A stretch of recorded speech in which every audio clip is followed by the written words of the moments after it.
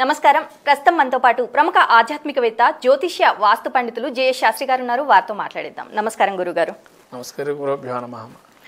గురుగారు, సెప్టెంబర్ నెలలో ద్వితీయార్థంలో మరి ద్వాదశ రాశుల వారికి ఎలా ఉండబోతుంది? అంటే సెప్టెంబర్ 15 నుంచి 30వ తారీఖు వరకు ద్వాదశ రాశుల వారిపైన ఎలాంటి ప్రభావం పడే అవకాశం ఉంది అంటారు? ముందుగా తెలియచేయండి. శ్రీ గురుభ్యో నమః. శ్రీ మహాగణాధిపతి నమః. శ్రీ మహాసరస్వతి నమః. హరి ఓం. శ్రీమాత్రే నమః. మనకు రాబోయేటువంటిది వెనక చవితి అయినటువంటి పక్షం రోజులు, పూర్వార్ధం, ఉత్తరార్ధం అంటాం వీటిని. సెప్టెంబర్ మాసం ఉత్తరార్ధం అంటే ఆ తర్వాత పక్షం రోజులు ఏవైతే ఉన్నాయో 15 రోజులు కాదు, పౌర్ణమి తర్వాత దగ్గరగా ఉంటుంది. రాశి సంచారం అనేది ఏదైతే ప్రతి నెల కూడా మనం ఎవరి ఇబ్బందులు వాళ్ళకు ఉంటూ ఉంటాయి. కాబట్టి ఏం చేస్తే బాగుంటుంది అనేది అందరూ తెలుసుకోవడానికి ప్రయత్నం చేస్తుంటారు నవగ్రహ కలయికలు బట్టి. ఈ సెప్టెంబర్ మాసంలో కూడా నవగ్రహాల యొక్క సంచారాన్ని చూసి ఏ విధంగా బాగుంటుంది ఏంటి అనేది అందరికీ కూడా ఆతృతగా ఉంటుంటుంది. ముఖ్యంగా మనం మాస ఫలితాలు అనేది చాలా మటుకు చెప్పుకుంటూ ఉంటాం, పక్ష ఫలితాలు తక్కువగా చెప్తుంటాం. ఈ పక్ష ఫలితాలు అనేవి కూడా మనకు చాలా వరకు ఉపయోగిస్తాయన్న.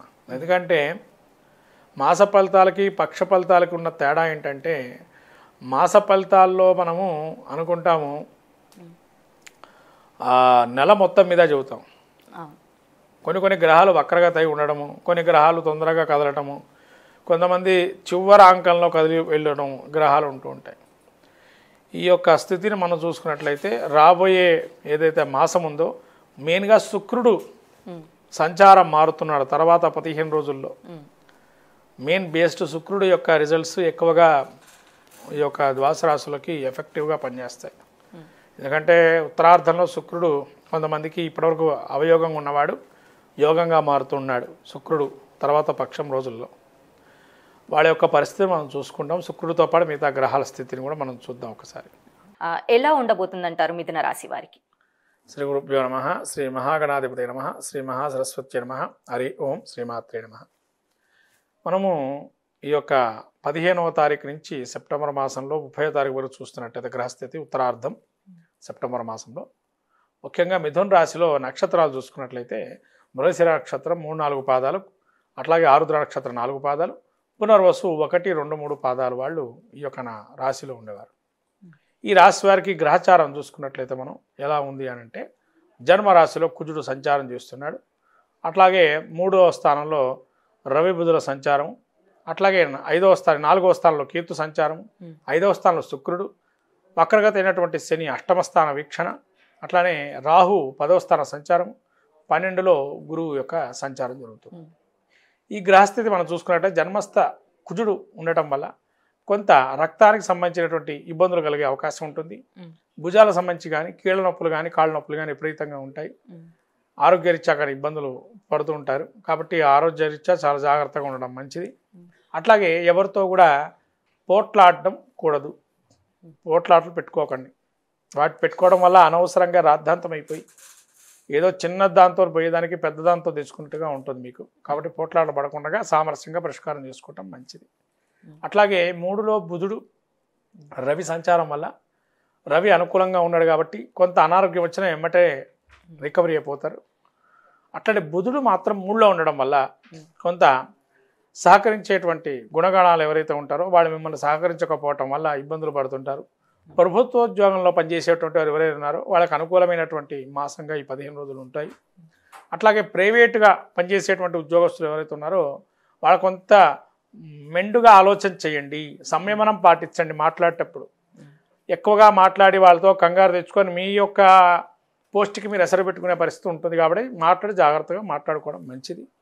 అట్లాంటి చతుర్థంలో కేతు ఉండటం వల్ల మీరు ఏదైతే అనుకుంటుంటారో మనసు ఇవాళ అయిపోవాలి ఈ పని, రేపు ఈ పని అయిపోవాలనుకుంటారు, ఆ 2 రోజుల్లో పని అయితే కాదమ్మా, ఇంకో 2 రోజులు అవతల అవుతుంది. ఎందుకంటే వీళ్ళకి జాప్యం అనేది ఉంది కేతు చతుర్థ సంచారం వల్ల. అట్లనే తల్లికి సంబంధించిన అనారోగ్యం వచ్చే అవకాశం ఉంటే జాగ్రత్తగా చూసుకోండి. అట్లనే మీరు కూడా ఏదైనా కానీ చతుర్థ స్థానంలో కేతు సంచారం వల్ల వాహనాలకు సంబంధించి నడిపేటువంటి వారు ఎవరైతే ఉంటారో జాగ్రత్తగా నడపడం నేర్చుకోండి. అందులో ఈ యొక్క వర్షాకాలం కాబట్టి కొద్ది ఇబ్బందులు పడే అవకాశం ఉంటుంది. జాగ్రత్తగా సంయమనంగా 1కి నిదానంగా వెళ్ళండి. ఫాస్ట్గా వెళ్ళి కింద పడేదానికన్నా నిదానంగా వెళ్తూ 2 నిమిషాలు లేట్ అయినా పర్వాలేదు కేతు సంచారం వల్ల. తర్వాత పంచమంలో శుక్రుడు ఉండడం వల్ల ఎవరైనా కొత్త వీరికి వ్యాపారంలో కానీ కొత్త వ్యాపారాలతో కానీ కొత్త మనుషులతో కానీ అది స్త్రీ కానీ పురుషుడు కానీ పరిచయాలు ఏర్పడి వాళ్ళకు ఉన్నతిని పొందే అవకాశం ఉంటుంది. మంచి పరిచయాల వల్ల మంచి పెంపొందడం ఎక్కువగా ఉంటుంది.